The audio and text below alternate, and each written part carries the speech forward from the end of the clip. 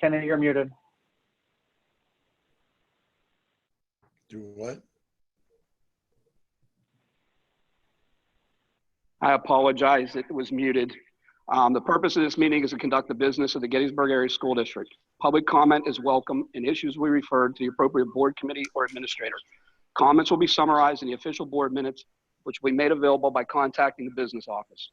Please take a moment to silence your cell phones or any other electronic devices that would interrupt or affect the Zoom meeting.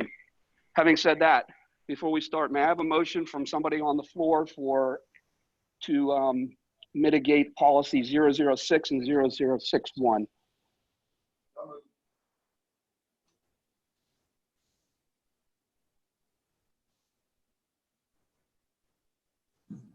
Second. Question? Roll call. Sylvan? Yes. Tim? Yeah. Carrie? Yes. Amy Beth? Yes. Mike? Yes. Kathleen? Yes. Timon? Yes.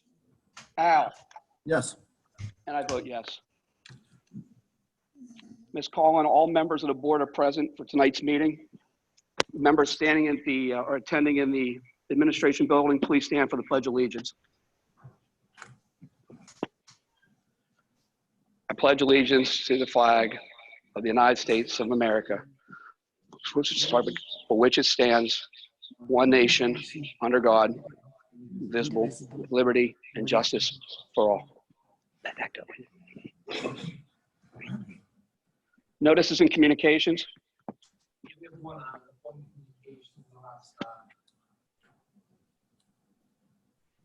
One communication this evening. I'll ask Wayne Crosby to jump in.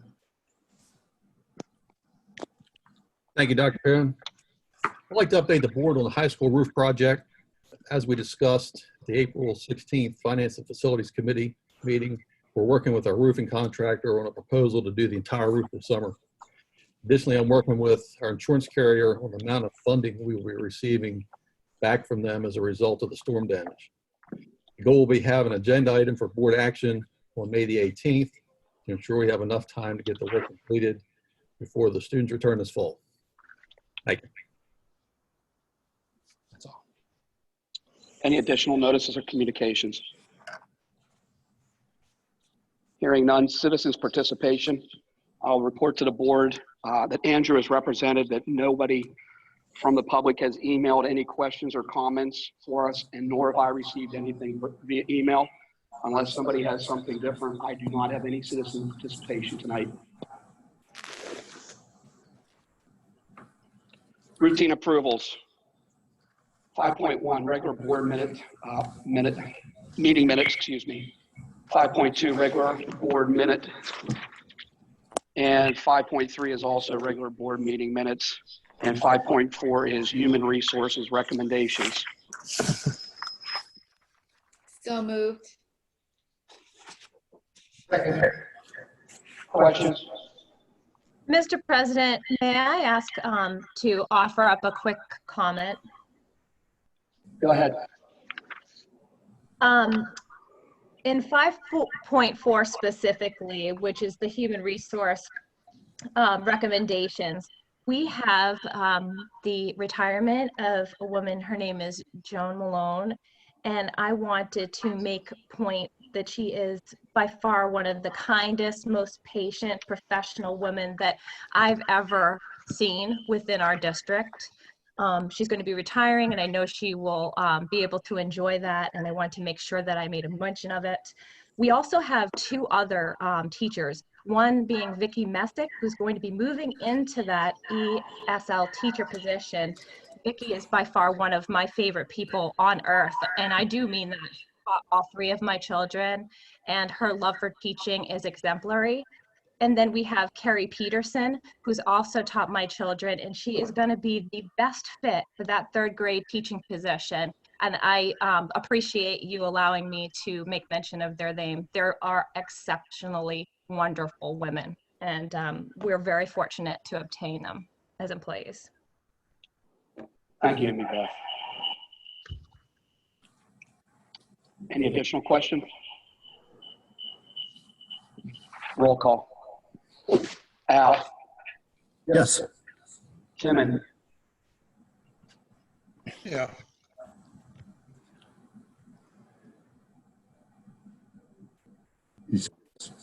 Kathleen, Yes. Mike, Yes. Amy Beth, Yes? Carrie, Yes. Tim, Yeah. Sylvan, Yes. and I vote yes. That brings us to number 6, items for board action. We will go like we do normally individually for votes. The first one that's on the table is 6.1, the proposed 2020-2021 budget. Dr. Perrin? Yeah, I'm just going to hit a couple of the slides before we open it up for questions or motion for vote. Andrew, could you put the PDF slides up and then go ahead and forward about 4 or 5 slides in. Just focus on a couple of the pieces of information that I changed in this presentation versus others. Right there would be great. So all the numbers pretty much from this point on through the slides represent numbers based on a 0.8% tax increase. There are a couple of different handouts in executive content, the slideshow and an expanded summary page, and we kept the unassigned fund balance handout there as well. So all I did was shift these numbers to match that 0.8%. Next slide, Andrew. That did not change. Next slide. Again, this just matches the 0.8 column that you have in the summary sheet. Next slide. This didn't change. Next slide. So again, the thing to point out here is based on a 0.8%, it would utilize about 4.1 million of fund balance to balance the 2021 budget. Next slide. We did not change any of the numbers on the special budget requests that are there. Next slide. That slide's been here in the past. That's just the history of our tax increases. Next slide. So the only difference here is that the recommendation line is filled out, recommending proposed budget with 0.8% increase. It tries to hit the items that you see underneath there. Certainly this year, it does not reduce the structural deficit that grows from about 3.6 to about 4.1 as listed on that previous slide. Next slide, please. So this is just, don't expect anybody to be able to read it on the screen, but the handout was an executive content. So all that we did was we added a column B on the end. So the B's match up, the A's match up. And so what that does is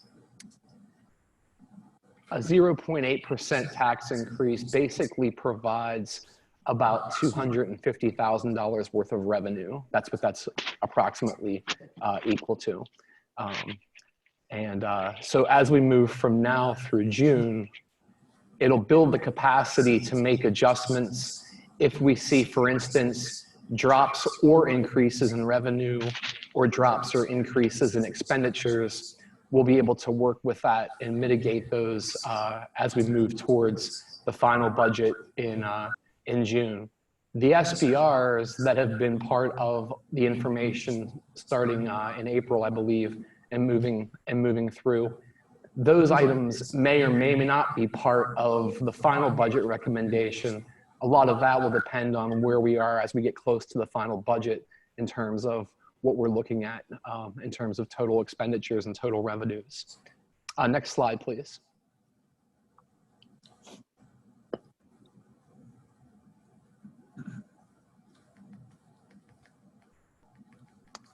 And this slide is actually this information we had at the last meeting.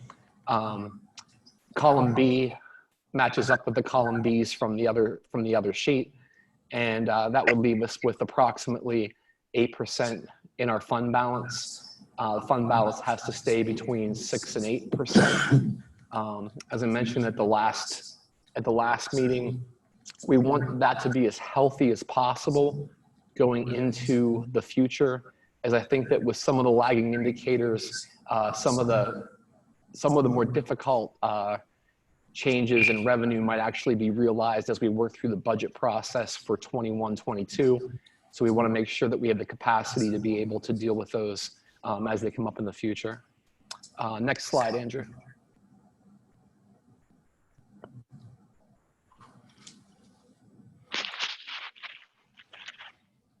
This is just a tax implication sheet.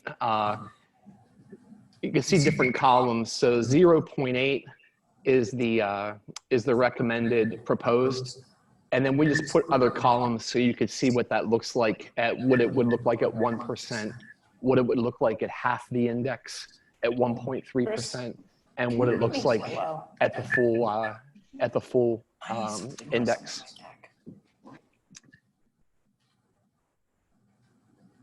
So if you look at the 0.8% column, so for the average property owner, the 0.8% would equal $22.70 for the year, which breaks down to approximately $1.89 a month.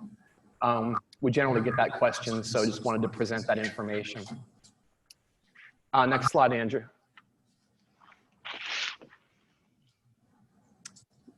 So May 4th is where we are, recommending adopting a proposed budget. Obviously, it's not the final budget. We would, if the proposed budget's passed this evening, on May 18th, we would do a budget hearing right before the regular board meeting, or the first part of the regular board meeting. All that is it provides people the opportunity to make public comment regarding the budget. Any changes to the information from what you're seeing tonight, we would update for June 1st, and then keep following those changes through June as we see increases or decreases in revenues and expenditures. So that's kind of a snapshot of where we are. And at this point, I'll open it up for questions.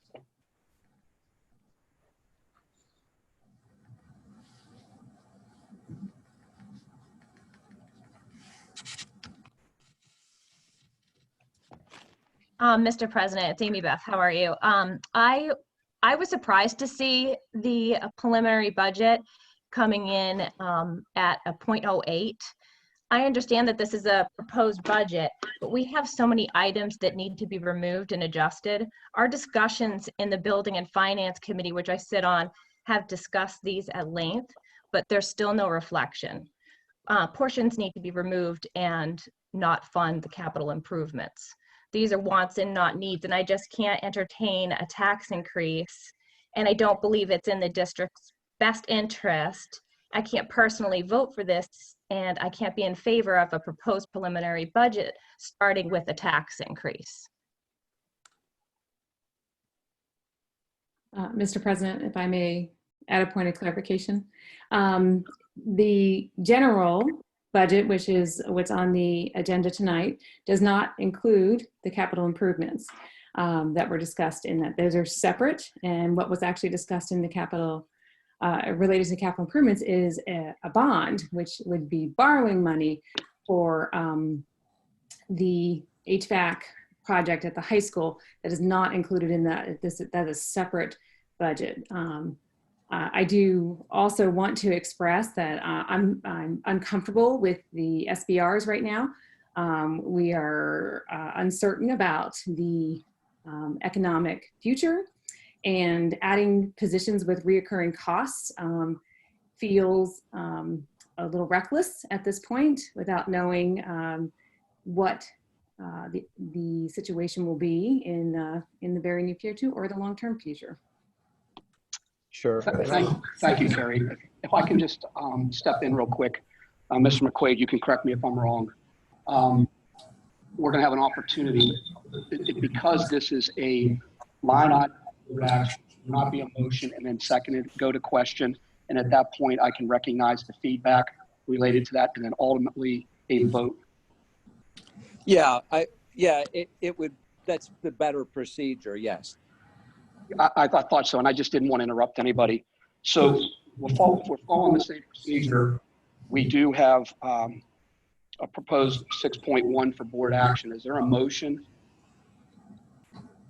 So, Second. Okay, I have that. We're going to move that to the question phase. So certainly now would be appropriate time. And I apologize, that was my mistake. Okay. Please clarify a couple of things from the previous questions before we move on. Go ahead, Jason. Just want to go back to the capital budget question. The parts that we continue to fund for capital budgets from the general fund is we have continued to pre-fund the FIP for the high school HVAC, so that when the borrowing does occur, that reducing costs for the taxpayers by having more money to put up front as we borrow. The other piece that we do is the capital budget on a yearly basis really runs on a multi-year average. So we use a multi-year average when moving that forward. The budget then just supports all of the different maintenance type things that happen in the district that fall. So all those projects for 2020 that were approved back in January, I believe, are what would be funded through the capital budget. So I just want to make sure that I clarify that. Kenny, this is Kathleen. May I ask a question? That's good, Kathleen. Thank you. Jason, it's been reported that Pennsylvania school boards are projected to lose about $1 billion in local revenue as a result of COVID-19 wreaking havoc on our economy. So with that in mind, can we take another look at the slide that talks about revenue projections, please? Andrew, if you go back to the slide and go back to revenue. It's about probably like the fifth or sixth slide. And go back one more. There you go. okay, so when we look at local revenue, we're projecting an increase of 2.9% in this budget. That would be with a 0.8% tax increase. Without the 0.8%, what is the local revenue projection? We have to go back to last week's presentation. It's whatever the... And actually, yeah, thanks. And so that can be question number one before we do that. But then I'm looking at the asterisk, assumes local tax collection rate at 95.4%. And maybe that's where my real question lies. Are we still pretty confident in that? Yeah, as of this past week, we weren't seeing drops from, I think I might have even mentioned this at the last meeting, we weren't seeing drops in collection, but if we realize any drops in collection, it probably won't be until we're partially into the next fiscal year. So it won't likely be between now and June 30th. It would be like, we might see that in September, October. So would we be prudent at this time to plan for a projected drop in collection rate?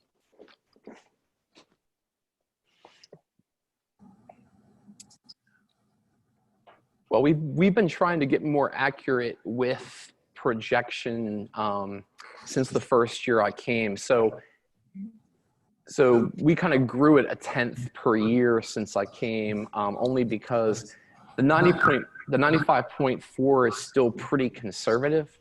based on our multi-year average in terms of our collection rate. I mean,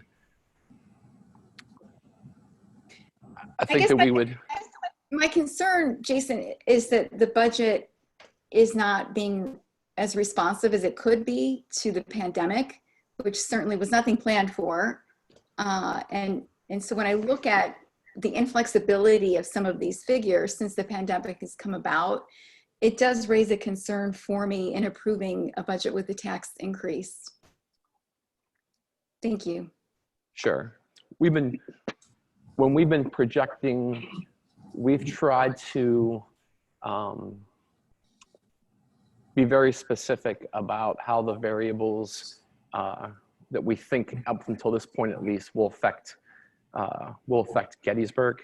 You know, certainly depending upon what article or what association comes out with the information, we could grab a hold of that and make pretty significant swings in our projections. But we've really been trying to stick with real data to the best of our ability, though I understand the concern, Kathleen.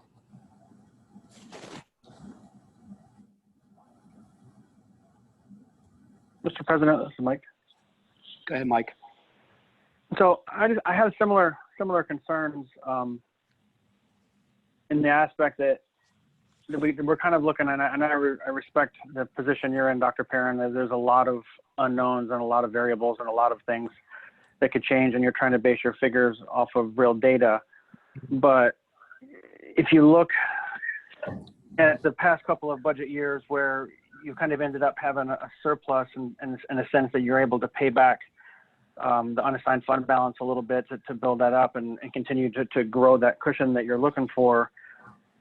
And also with what we're looking at in terms of some of the items that we've already discussed as wants versus needs, I was a little surprised as well at the 0.8, you know, coming in at a 0.8 recommended to start with. Yeah, I think that Mr. President, may I? one of the Oh, go ahead. Sorry. Yeah, I tried to prep that a bit by showing the 0.8 column last week and providing a little bit of a rationale as to why we might start there and then adjust as needed and draw it back as we move through. Dr. Perrin, could you talk about why the unassigned fund balance is needed to balance a budget? This particular budget and previous Gettysburg budgets, not in general.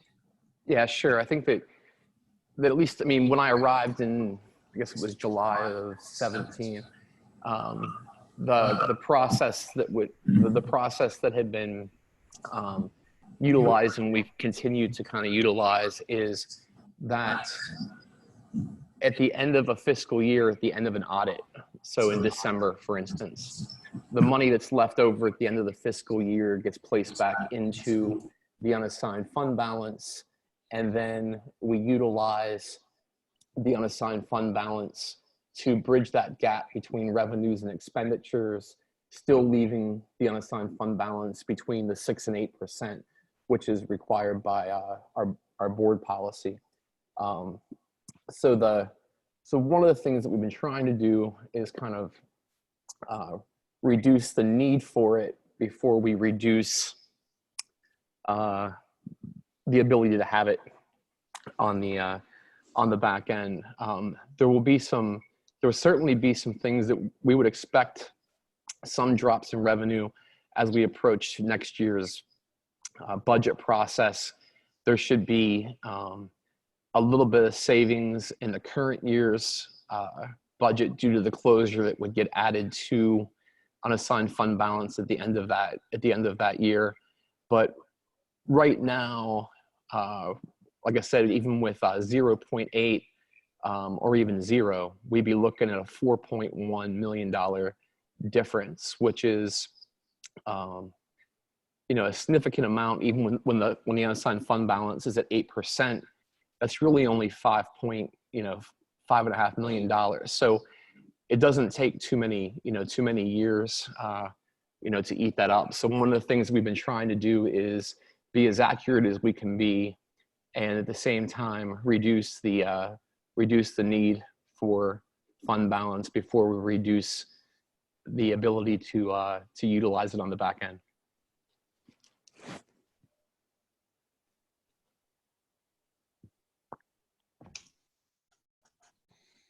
Mr. President, I'd be more inclined to table this preliminary budget and wait for our Building and Finance meeting, which is just this Thursday, and possibly have a special meeting on next Monday on the 11th, so that we can adjust these figures and have it be the preliminary budget that maybe I know I would prefer. Just so I'm following your question, Amy Beth, what would you be looking to reduce out of the general fund balance? I know that we've met with the, we've all met with the Building and Finance, and we've discussed several things. These aren't new topics by any means, and I really just think that we just need to revisit it and take our time to do this correctly, even though it's preliminary. I want to make sure that it's, to my satisfaction if I was to vote on it. Mr. President. Go ahead, Carrie. The Finance Facilities meeting isn't until the 21st. There is a budget timeline. The budget needs to go through the preliminary process, then the the proposed budget is then approved, and it has to be posted for the public for X number of days. So we are on a timeline.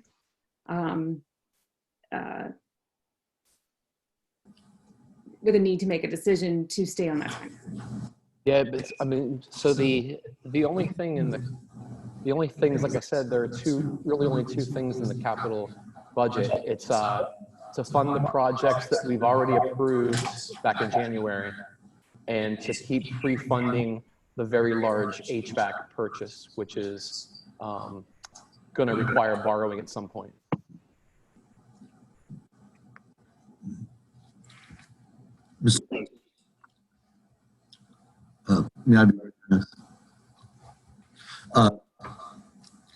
I'm also concerned about being responsive to the pandemic.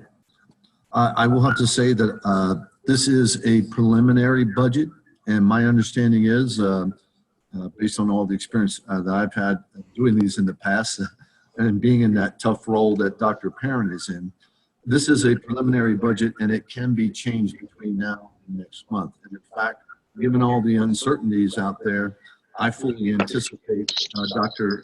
Perrin to be coming back with some different recommendations, such as the SBRs that are now requests and not recommendations. I do think it would be prudent for us as a school board to increase our tax millage, or to increase taxes a very minimal amount.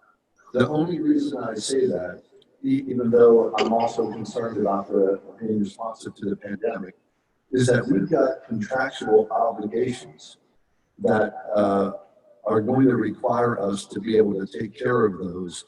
And with the increasing expenses, if we don't keep pace, I'm concerned that we will eat enough fund balance, or our savings account will diminish to a point where it's going to be make it much more difficult in the future.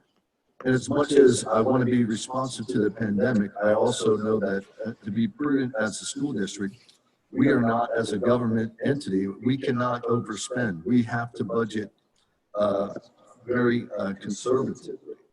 I also, like some of you, I'm concerned about the special budget requests, because those are three key personnel items that are recurring expenses year in and year out. So I'm very reluctant to support the SBRs. And again, right now, what Dr. Perrin is saying, I believe, is that that recommendation may change, and it's currently a request and not a recommendation yet. So I'm in favor of us moving forward, just because, as Carrie mentioned, we have a timeline that we need to be responsive to. I wish the Department of Ed would have given us an extension and more time to deliberate on these issues. But I do think we have a full month after tonight, and a lot can be said at the next committee meeting with Building and Finance and so on. But I do think that we need to move forward and get a preliminary budget approved tonight. And again, knowing full well that we can make adjustments to that over the next month. And I'm fully expecting Dr. Perrin will come back and make a different recommendation possibly at our meeting in June. Thank you. Yeah, I think, Dr. Moore, I think that if I could just say, the question isn't, will it change before, like it's definitely going to change. It's just, about what we put forth at that point. So those are all things that we're thinking about and continuing to look at. Dr. Perrin, and I apologize for asking you off the top of your head, but I believe in the last 3 budget cycles, there's been a proposed, in the preliminary budget, the proposed tax increase was higher each of those 3 times, than the actual increase that was in the then proposed budget that came through later. And I don't remember the exact numbers, but I do remember, like, for example, last year was over 1%, and then it came down to 1%, and so forth. That example. Is that what you saw also? Yeah, we've generally reduced it from proposed to final each year that I've been here. We started over 1 the first year and went down to 0.86. We started at 1.2 last year, I believe, and reduced it to 1.0. As you move through May and move into the first part of June, the numbers that you're dealing with in terms of projections, some of those become a little more known, and we're able to get a little more accurate with that. So in the past, we have been able to draw it down as we move to the final budget. And certainly given the same reasons that several board members have spoken to, those things are on the minds of us and central admin as we move towards that final budget as well. So all of those comments, we understand the situation that everybody is in, and also we'll take that into consideration when making a final recommendation.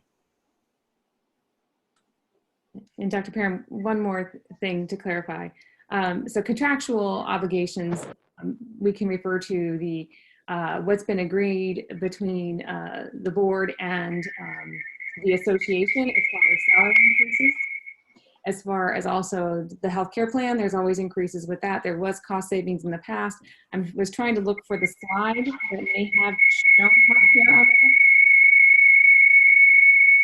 on there. Is that in the, my question is that in the presentation tonight, the healthcare? No, I dropped some of the slides that repeated like 4 weeks in a row.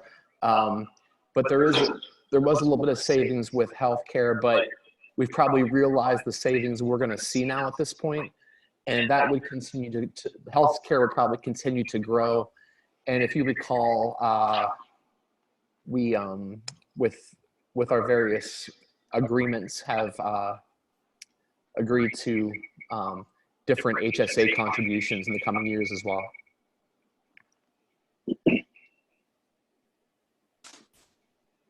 Mr. President, I have a question. Okay, Kathleen.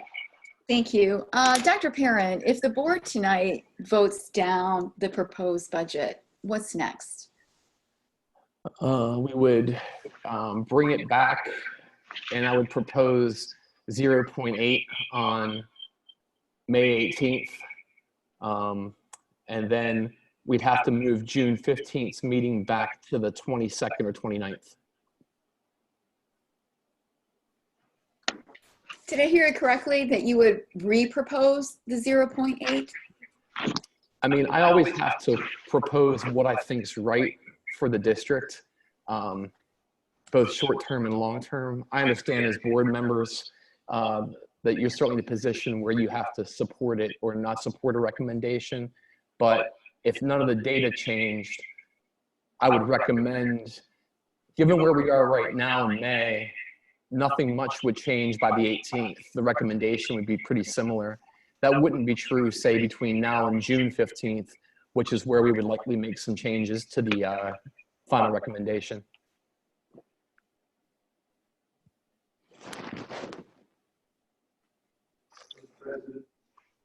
Go ahead, Sylvan.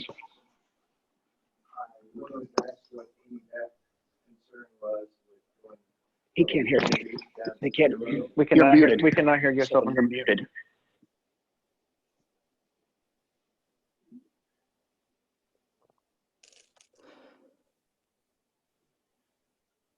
Now, can you hear me?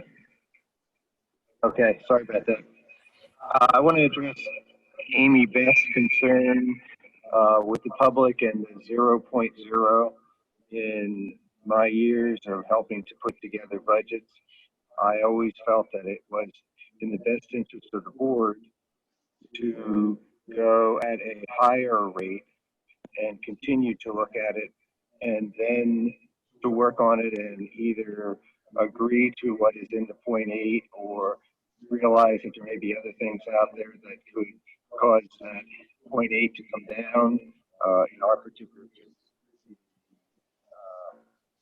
budget requests. So my suggestion would be, and also I just want to say that I support and agree with Al and the points that he was making, but I think we're better off tonight preliminarily going with a 0.8 and then coming down rather than looking to go out with a 0.0, 0.0, and then having to find over the next 3 weeks that we've got to go up, and that's not as good a perception with the community as it is to go down.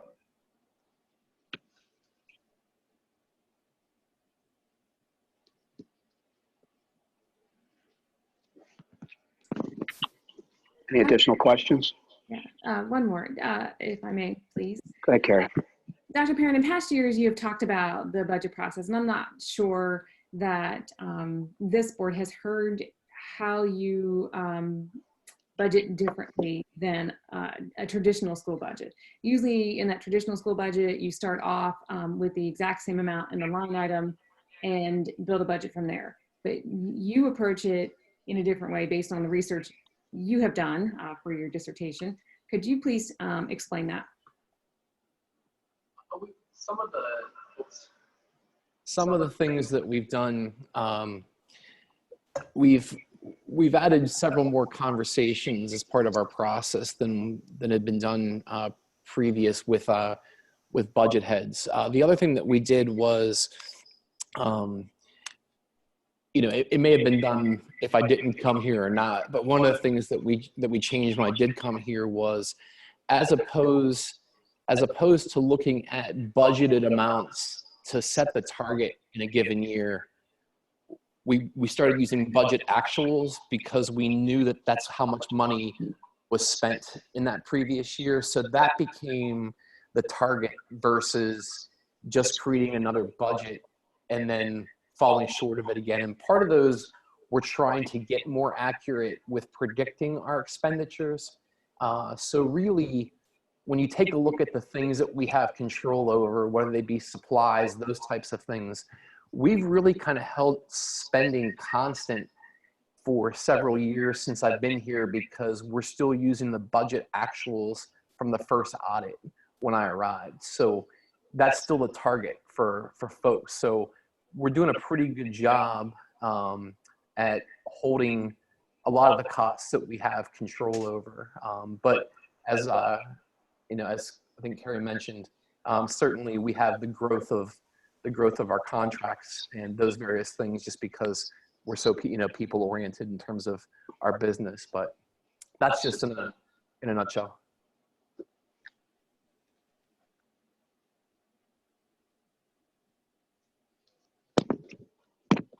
Well, if there's no other questions, I just wanted to, and I've sat back idly here, being the third budget I'm going through, and the board members from the past recognize that I don't like the tax increases. I don't hide that. But I concur with Al and Sylvan and maybe others, but those are my recent memory, that this is only a proposed budget.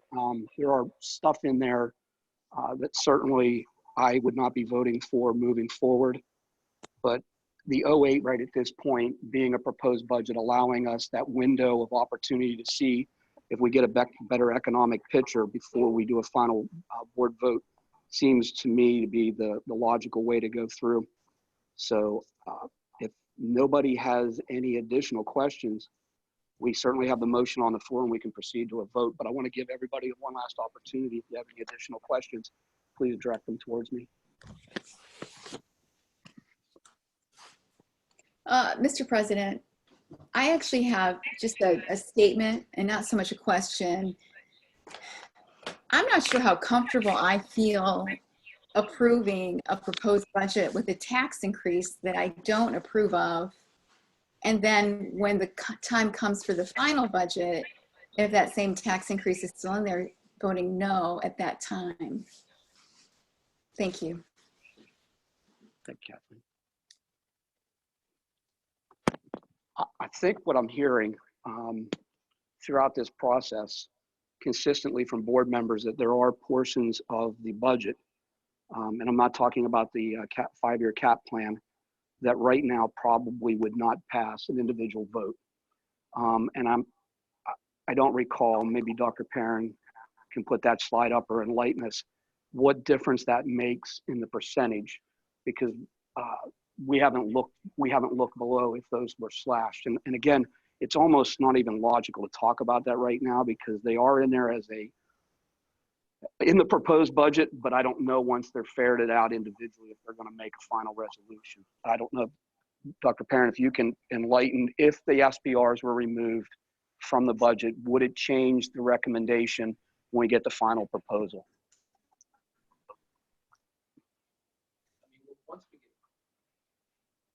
When we get close to the final budget, I may myself be pulling SBRs out in order to hit the final budget. The 0.8 really gives us the ability to kind of react to shifts that we're unaware of right now in both the revenue and expenditure column, and that's really it.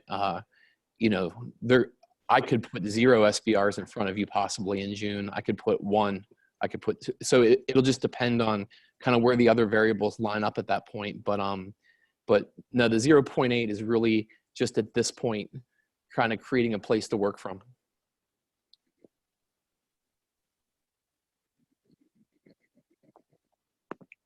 I'm not sure if that answer opens the door for any other questions, so please feel free.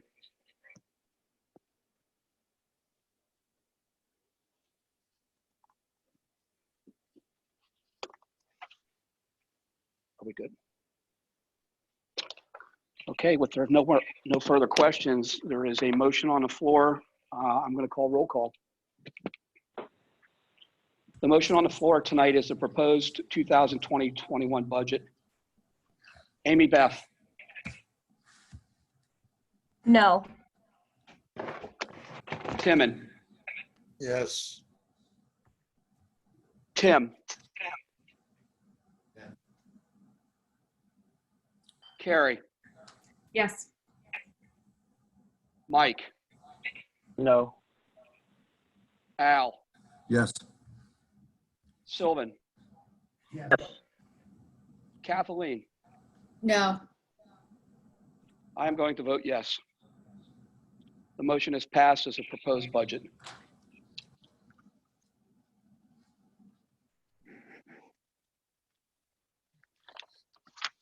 Our next line of business is number 7, the informational items, 7.1 paving maintenance. Jason? Yeah, these are just information. It'll come back on the 18th as an action item. It's just information tonight. It'll come back on the 18th as an action item. These are just these are part of the last year and next year's capital budget. So these are things that have been previously approved. Any questions on 7.1? 7.2 charter school renewal request. Yeah, I attached a report summary. It's just information tonight. It would return on May 18th as an action item, and that's just to renew Montessori's request for a 5-year renewal to their charter. The summary that I attached is pretty lengthy, but we try to do a really good review and make a good recommendation to the board so we can do our due diligence for the community as we're doing that. And there were no significant findings in that review. So our plan would be to bring that back on the 18th for approval. If questions come up between now and then, you can certainly email me. 7.3, the Adams County Technical Institute operating budget. I'll ask Sean Eckenrode to just step in.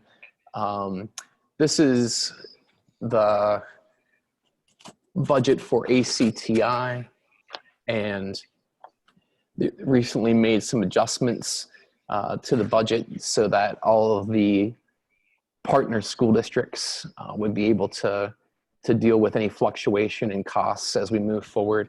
So if there are any questions, Sean would be able to answer them, or if Sean, if there's anything specifically that you want to point out or bring to light with the information contained in the packet. It's information tonight and would also come back on the 18th for approval. Good evening, everyone. I just wanted to say that everyone knows that we're trying to establish a we have established a separate career and technical center for Adams County with the 5 school districts: Bermuda Springs, Conewago Valley, Fairfield, Gettysburg, and Littlestown. And our joint operating committee has been meeting for about 3 months now. And this budget reflects what I feel we need to take the next step forward in establishing the school. And there is an increase here for a number of reasons. The biggest reason being that in addition to the 5 programs that were part of Adams County Tech Prep, we also added building trades and early learning to make it 7 programs. And those programs had previously been considered Gettysburg only programs. So those programs are coming out of your budget, but they're showing up in our budget. So that's why there's a fairly significant increase in some of the numbers from last year to this year. That coupled with the fact that we are establishing a new school and you know, have a little bit different operating structure. We will need some additional personnel. We hired a part-time administrative assistant, and we're getting some business office help from the Pennsylvania Association of School Business Officials to help us get our business office up and running. So I'm glad to take any questions.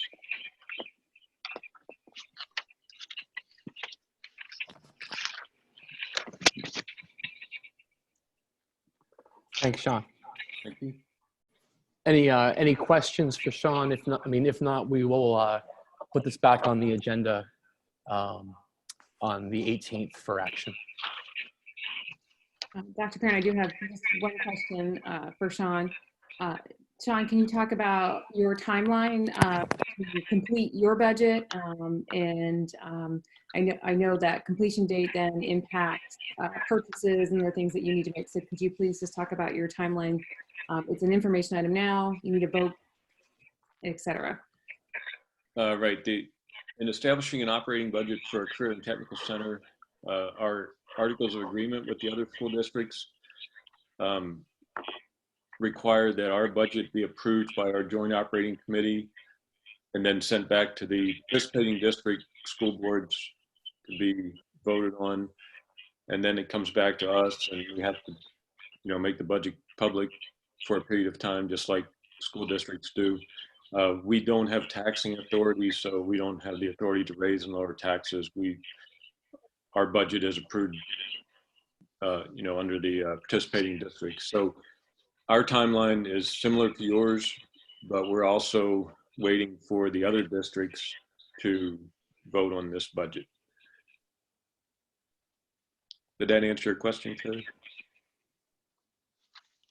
It did, thank you. And a statement that, you know, Gettysburg School District has been committed to what was the Adams County Tech Prep, what is now the Adams County Technical Institute, because we fully realize that we need alternate paths for students beyond high school graduation, and this is a career pathway that's right here, available to students without the travel to the Cumberland Perry or to Franklin County Tech Prep, and encourage you all, when we do get to that place of voting on it, to support the commitment to students who are choosing a path other than college or directly into a workforce without a technical skill.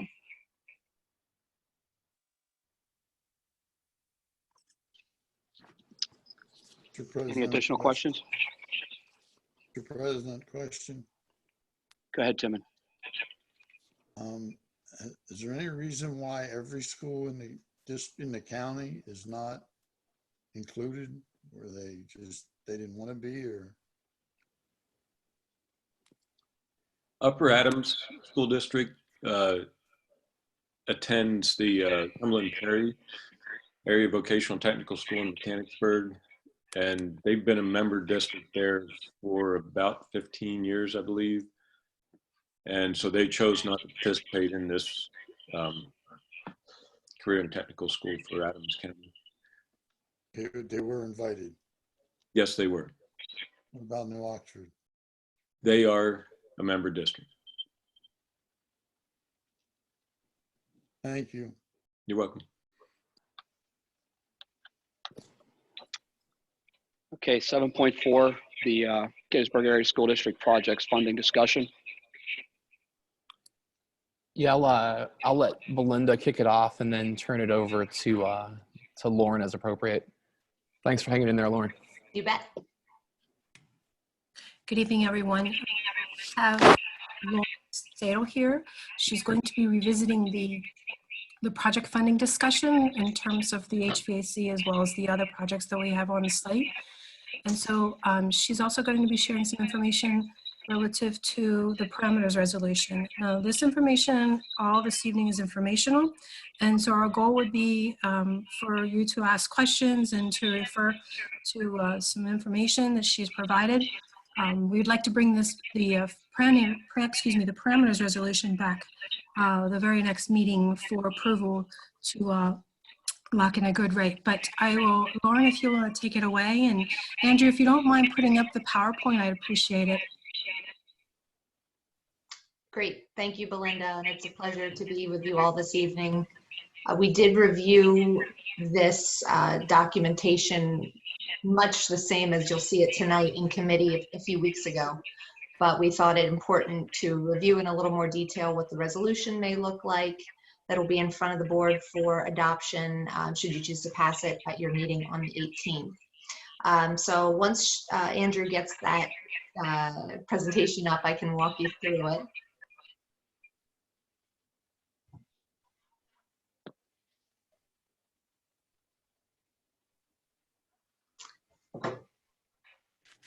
Yeah. It's off the.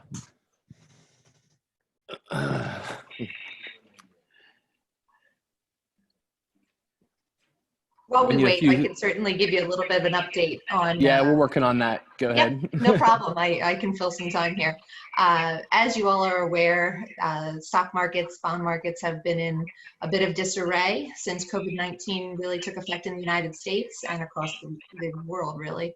But since our last discussion in mid-late April, we've seen a lot of movement and fluidity and consistency in the municipal bond market, and we're starting to see some new transactions come at very attractive rates. So the good thing is, while much of your budget is in a big question mark, those folks that are in the market for new financings for capital projects are locking in very close to historic lows, close to 60-year lows that we've seen in the bond market.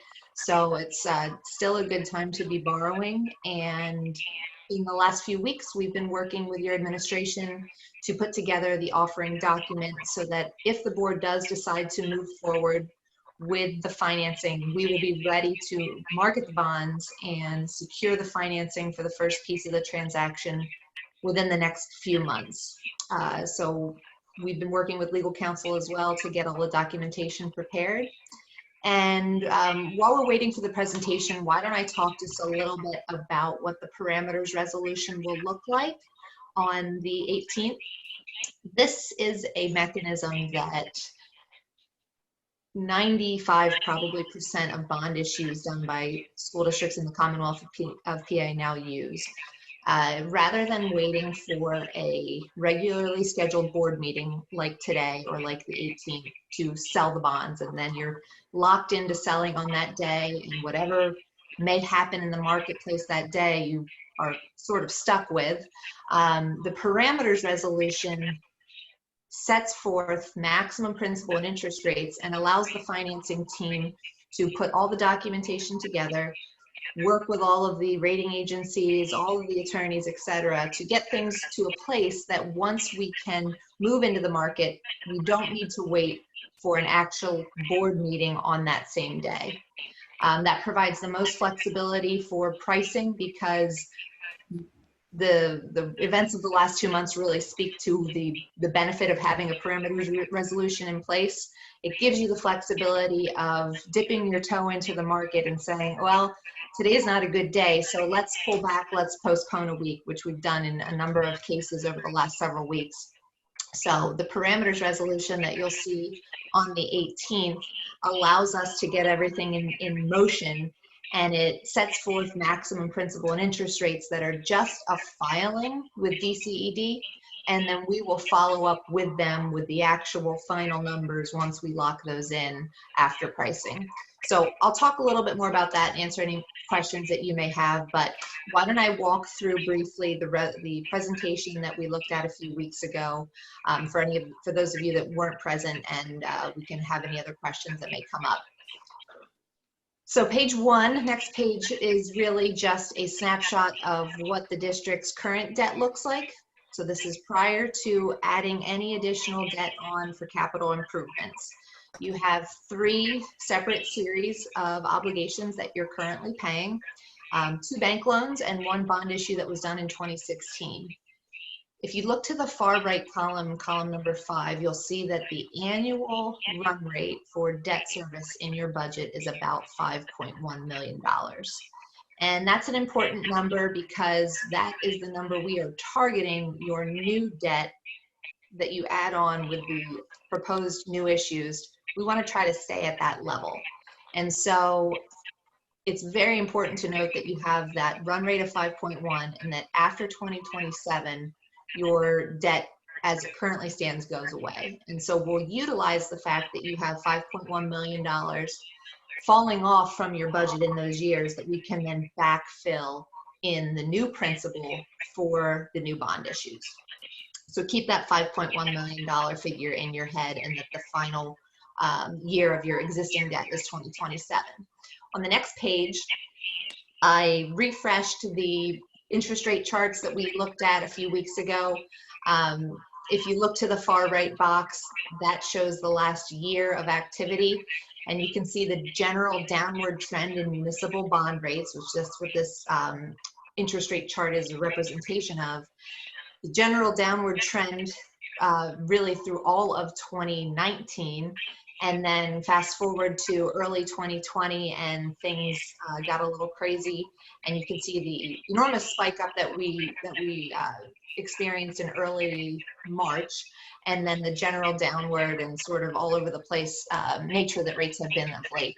But as I said, historically speaking, if you look more towards the right over the last 10 years, we're still very close to all-time lows. And if you expanded this chart to include the last 60 years, you would see that we're really at the bottom. So still a great time to be borrowing despite the volatility. And as I said, we are seeing some general positive trends in the new issuance marketplace. On the next slide, we lay out what the future bond issues could look like. So let me walk through a little bit from left to right what this chart lays out. Column number 1 is exactly what we reviewed on the first page. So that is the district's existing debt on an annual basis. The green column is the first proposed issue that we're considering locking in later this spring, early summer. We've assumed, if you look to the footnotes in green, current rates plus an interest rate contingency of 0.5%. We don't know what rates are going to do between now and when we lock in, but we think that that's a good contingency to have in there, and hopefully we come in and the contingency isn't necessary, and then these numbers would be lower. So the green column, as you can see, shows small payments, and that is interest only from 2021 through 2027. And then you can see that after that, in years 2028 through 2036, the payments increase. And that is the wraparound fashion that we are structuring the debt. And as I mentioned last time we were together, that's really the way that we're seeing all new debt for schools across the Commonwealth be financed, because not only is it the least impactful from a total debt service perspective over the life of the debt, rather than stretching it out over 20 years and paying extra interest expense in those out years. So we're reducing your overall interest expense, and then by wrapping around your existing indebtedness and keeping the debt as short as we can within your annual bogey of 5.1 million, we're also mitigating as best we can the annual impact to your budget. And as I mentioned, this is the way that all projects are, nearly all projects are funded under Act 1. Districts really see the value of trying to eliminate or mitigate the annual impact that new debt may have for them. So hypothetically, we then add in column 3, the blue column, another $20 million issue. We're doing that in April of 2023. And again, we assume current rates plus an interest rate contingency. And that issue is also structured in a wraparound fashion, so that once you get to column 5, which is the summation of those 3 columns, you can see that we're keeping your annual run rate at 5.1 million. This is as short as the debt can be and still accomplish that, with the one thing of note being the orange column. Because you're currently at 5.1 million and we're adding new debt before 2027 when you're completely debt free, there is an interest expense carrying cost to get you through that point of 2027 when the new debt then comes on the principal repayment side. So the orange column is what the district would need to come up with from cash, either from interest earnings on the bonds, which there will be some from the time you would secure the financing until the time that it would be spent for construction, from either general fund balances or from cap reserve more than likely. So in order to fund $40 million over the next 3 years and have no impact to your annual debt service line item, the district would need to come with approximately $7.3 million over those 7 or 8 years in order to afford that debt. The great thing about this structure is that since we are keeping your debt as short as we can at that run rate of 5.1, we're not handcuffing the district with unnecessarily long debt, so that 5, 10, 9, whatever years down the road when you need additional projects to be done, your debt portfolio will then be fairly short at that point in time as well. And so this is the most cost-effective method available to you currently. I know we've looked at some other structures in the past, and I believe, if we need to speak to those, we can. Belinda has those available. But after going through with the district, the other options of 20-year debt or level debt, it seemed obvious that the structure here in front of you was the most beneficial to the district, both from an overall repayment scenario and from an annual budget scenario as well. And so importantly, you can see there in column 7 that we're assuming no new mills will be needed for the debt. And the next page, which if we have questions, we can come back to page 3. The next page, I just thought it would be important to lay out to you what the timing could look like should you decide to move forward with the resolution and with the borrowing at the May 18th meeting. So as you may recall, if you were with us on the 16th, we reviewed much this similar information on that date. On the 18th, the resolution that will be in front of you, I believe, was circulated to the board late last week. It's in draft form at this point. Important to note is that we start with an assumption that the board needs, or the school district needs, approximately $40 million for projects. As I mentioned, we're looking for the maximum flexibility that we can attain in this resolution. So the interest rates that we're seeing in the marketplace right now really drive that structure of how we would repay the bonds over time. If between now and 2023 interest rates were to change, which more than likely they will, we want to make sure that the resolution that we're considering passing here in May still accommodates the goals of 2020 once we get to 2023 and are looking at doing the second borrowing. So if interest rates increase greatly, we may need to go out another year in order to attain that goal of keeping an impact of 0 to the budget and keeping that $5.1 million run rate. And so what we file with DCED is 40 million plus what we call a structuring contingency, because we don't know what interest rates are going to look like in 2023. And so to give the financing team the most flexibility possible, we've added another year to the amortization that we provide to DCED. And when we actually issue the bonds, DCED requires us to come in at or below the amortization that's provided to them.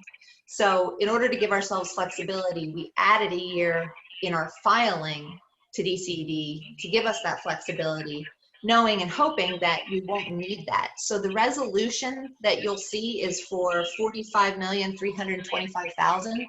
And the reason that it's higher is to provide that flexibility. So really having an extra $5 million principal payment out after what we reviewed is what's causing that number to be higher.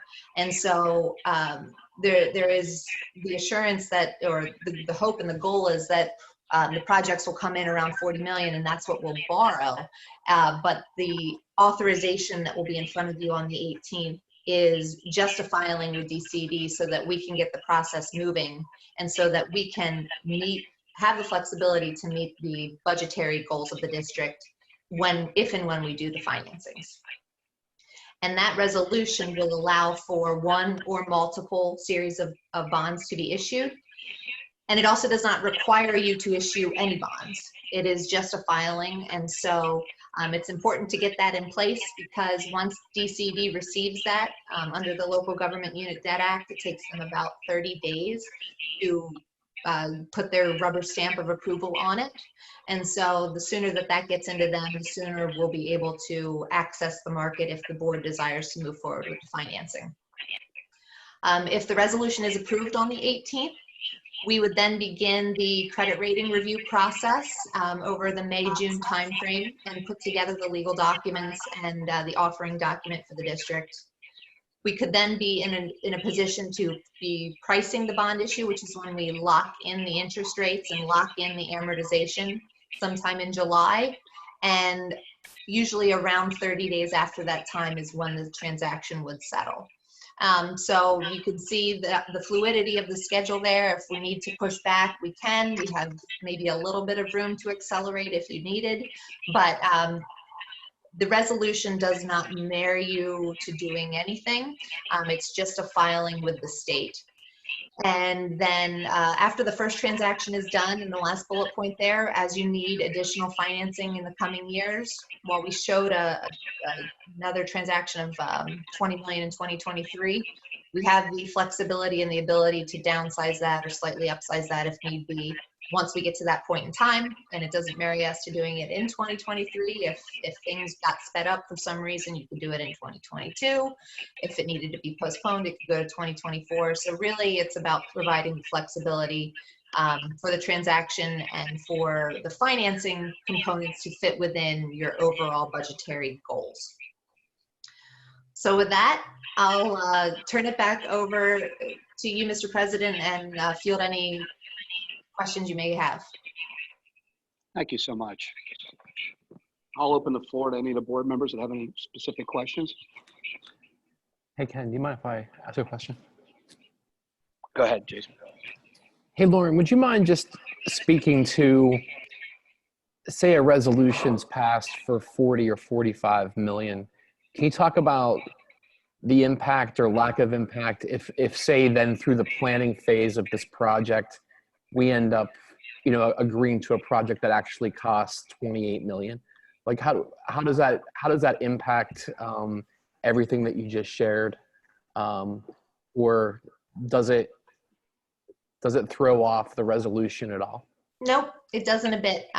Really, this is just a paper filing with the Department of Community and Economic Development, because the Local Government Unit Debt Act governs how school districts must borrow money. This is one of the steps in that process. And so we have many boards across the Commonwealth that say, well, we think we have projects of about 50 million, so let's do a resolution for 50 or 55. But maybe we're going to come in at 40. We don't know. That is whatever you pass on the 18th, should you pass something on the 18th, that's really the upper limit. You can come in at any point under that. And this is simply authorizing debt. This is not actually incurring debt. And so you aren't paying interest on this filing or anything like that. This is just an authorization.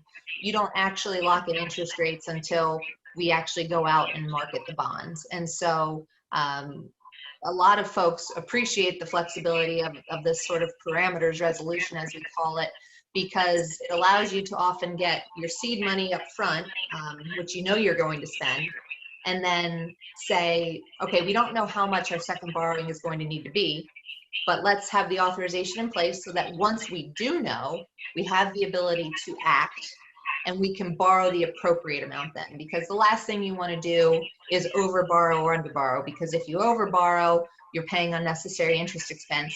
If you underborrow, then you have to come back and do a small financing and pay full freight issuance costs again, which doesn't make sense to do. So there's no impact to the board and to the school district whatsoever if you decide to only issue 20 million or only issue 28, whatever it may be.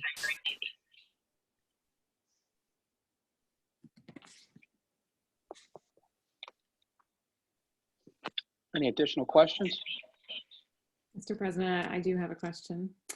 It may help to have the slide on the screen so Lauren can see the one that had that orange column, the less interest earns, SD reserves, that one. So in relation to the question Dr. Perrin asked, what does that column have? Are we earning interest off the excess amount of money that's not being used right away for a project? What is that? No, so that column represents a pot of cash that is needed if you decide. So our goal is to no millage impact for these financings. But because we have a period of 6 years from now until 2027 when you're out of debt, there's going to be interest expense on the bonds that you put out, the series of 2020 and the series of 2023. So the orange column represents the amount of cash that the district needs to come up with from somewhere. And we note that there could be interest earnings. So let's say, for instance, you issue the 2020 bonds this summer and you don't spend all of that money right away. You spend it over 6 months, 12 months, whatever that may be. That money will sit in an account and earn interest for that period of time until it is spent. So that's one potential source. We're not dictating where that's going to come from, and Belinda may be able to speak to that a little better, but that is one source of that funds for the orange column.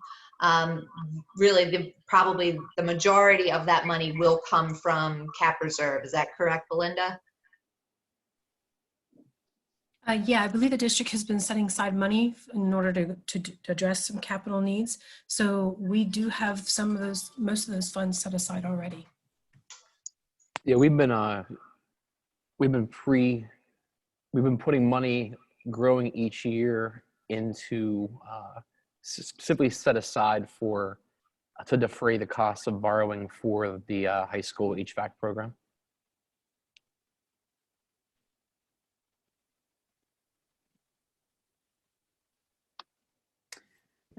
Thank you for that. And I have another question. When you're building charts such as these, there are assumptions that you're referring to. And the assumptions have been changing over time. And some of those are that the amount of the bond, in January, we talked about two options, possibly a bond of 28.5 million, or option two, a bond of 38.5 million. And even another assumption is how long, the length of the bond until it's repaid, how long that will be, 20 years, 15 years, etc. So now we've come to a place that we're down to one option, one presentation, I suppose. Can you talk about, please, about how it came to one and rather than options? Sure. In terms of the amount that we were looking at, that was a discussion with the administration about what we wanted to show this evening. And certainly the amount that you end up borrowing, I believe you haven't discussed anything in excess of 40 million. So in the event that you do borrow less than 40, it would fit within the resolution that would be in front of the board on the 18th. And if it is less, then the impact of that orange column would also be reduced. And the debt service repayment timeframe would also be reduced, because in the wraparound, we are, deferring principal until your existing principal is completely retired in 2027. And so if you only needed 28 million, then more than likely the last almost 2 entire years there that you see in years 2035 and 2036 would be eliminated. And so the district's debt would be even shorter at that point in time. So if there's a change in how much you need, it would only look better than what you see this evening. And really that would come down to what the school board finds important to finance, and ultimately what you tell us how much money you need. And then in terms of structure,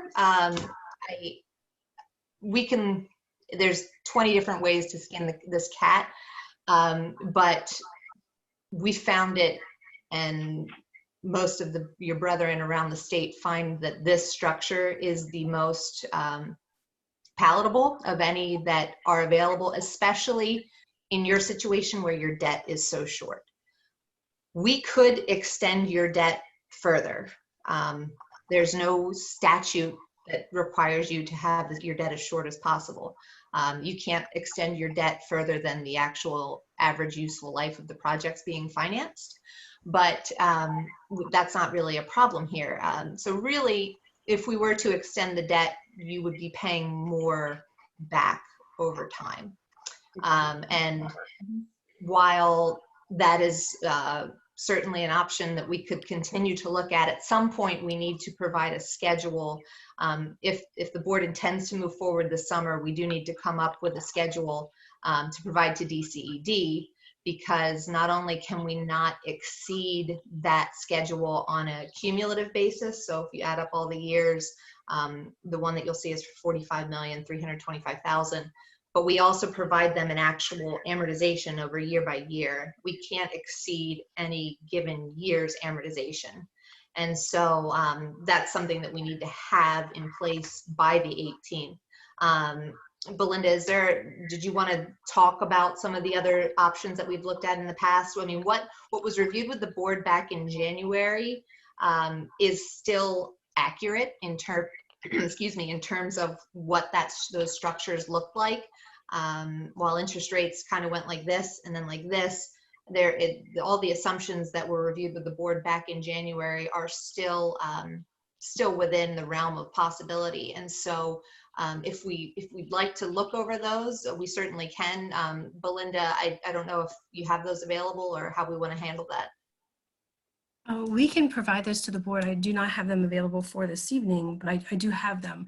I know they were pretty much out of the 6 structures that Michael came to the board, finance facility committees. There was really 2 that were palatable options out of those 2. And I think the goal overall was to have less number of years in debt, as well as less maximum payout of interest over those course of years. That should be a fair assumption to say, Carrie, if you want to follow up with that. But I believe, in talking with Lauren with the revised schedule, the goal was still to, in all essence, to make sure that we're looking at only what we need, and we would only borrow what we would need. We may not need to borrow the whole amount of money, again. And then secondly is, with the goal of having a structure in place that still meets our continuum effort was still something that we wanted to look at. Like we knew we were still going to be putting 5.1 million aside for debt. And so we wanted to have less of an impact on the budget moving forward while still consideration of funding our future capital projects to that process. With this schedule, it provides availability. So now when we actually do go to borrow, we may find that while we're proposing 20 million, the first borrowing, that doesn't necessarily say that we will borrow 20 million. The project may come in 23 million or 25 million. And so we may structure that first borrowing based upon what we actually need for the HVAC project. Because as we know right now, it's coming in slightly over the 20 million. And so it would look a little bit differently. So this is just a study to help guide what the discussion is with the parameters resolution, if that helps. Last question, I hope. Belinda, you said less of an impact on the budget, and that caught my attention because I've been wondering why some of these projects are spaced out over quite a bit of time. This one, it's the right side of the page here, for the high school is scheduled for the 2021-22 school year. And the projects go on, but some of them don't start till 2027 or 2028. That's some time away. So could you just expand a bit about what you mean about the impact of the budget? Sure. As for an impact, so the column that you see in front of you, when I refer to impact is we know now that we do not need any new mills to fund a minimum of $40 million. And so an impact in terms of my view is that we don't have to impact the budget year after year or come up with new mills to fund any project moving forward, because the district has been planning all along to this point. And so with that being said, we have options in front of us because we have the ability to move forward. The funding has been in place, the plans have been approved. Granted, we are planning on going out to receive proposals on the HVAC project this September, I believe. And so we have options before us. And really, it is really just the fact of looking in terms of the budget line items of not having to create new mills because the district has been planning in the past. And that planning looked like a steps, 300,000, 600,000, 900,000, et cetera. Looking for those numbers at some point in here, but I think that's what you're referring to as planning. Yes. Does that respond to your question, Carrie? It does, and I thank you for your sure.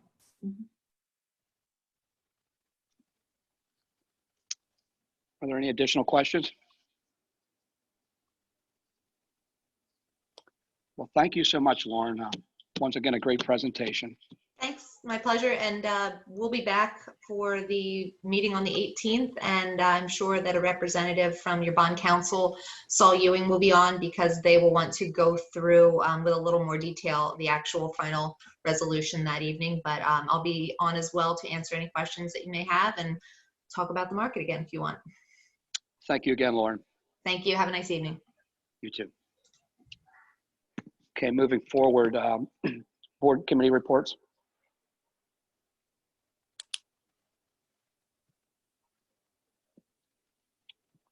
Mr. President, the Finance and Facilities Committee will meet on the 21st. That's a Thursday of this month. Thank you. Mike, if you're on, well, obviously you're on. When does policy meet? Second Tuesday, the 12th. Thank you. Building program reports.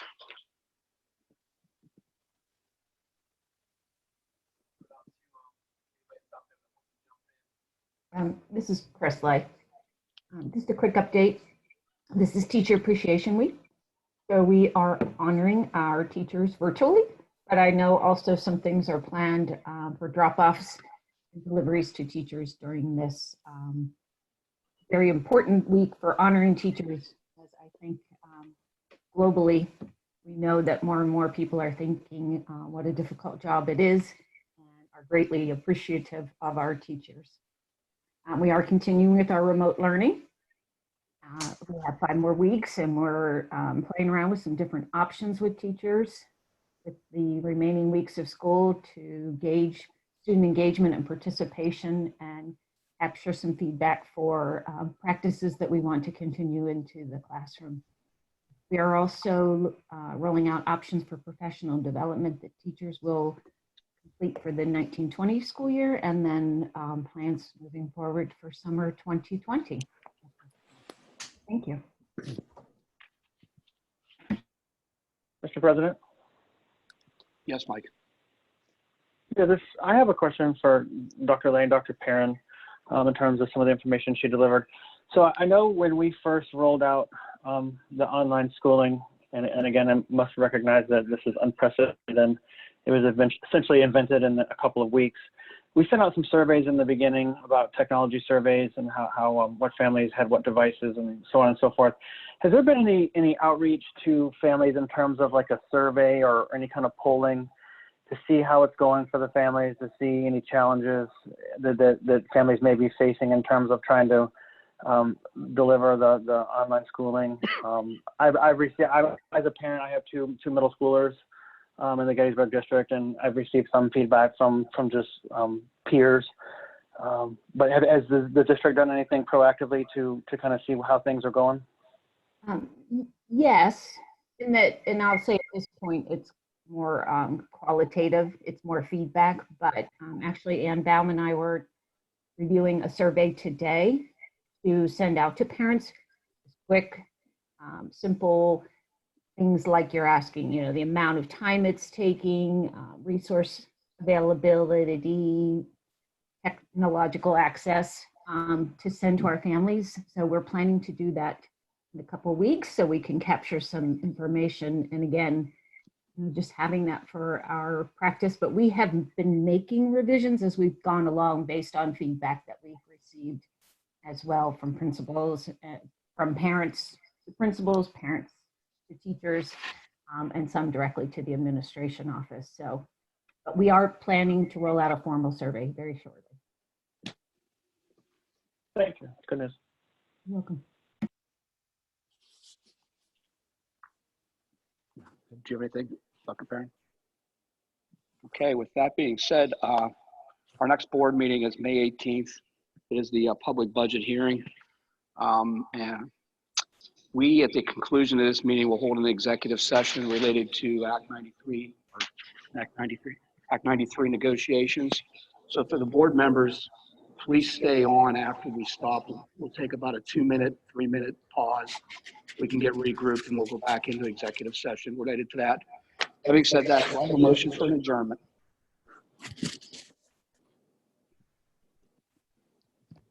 I'll put a motion forward for adjournment, please. Second. We stand adjourned for 5 minutes.